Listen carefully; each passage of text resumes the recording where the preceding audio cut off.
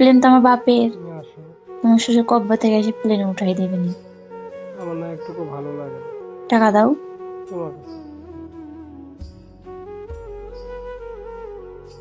কেন যে আইলাম সম্মত নিজেও তো বলতে যদি পারি না। থাকতো ঠিকই যাইতাম না তোমার কাছে, কওয়া ঘুমানো শুধু লাগতো না। তোমাকে চোখে দিই। ভোটারই হতে পারলাম না আর প্লেনে উঠবো।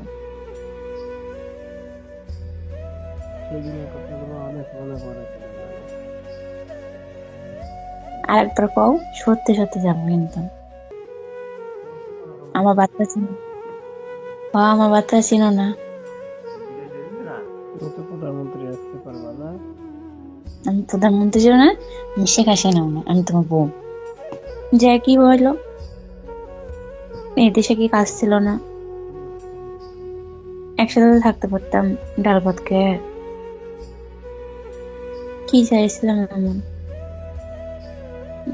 অনেক কিছু চাইছি, বেশি কিছু চাইছি। হয়তো ওইটা দেখলে ওটা দেখে তো বলতাম, কিন্তু এমন তো না যে জোর করে কিনে গাছ ছাড়তাম।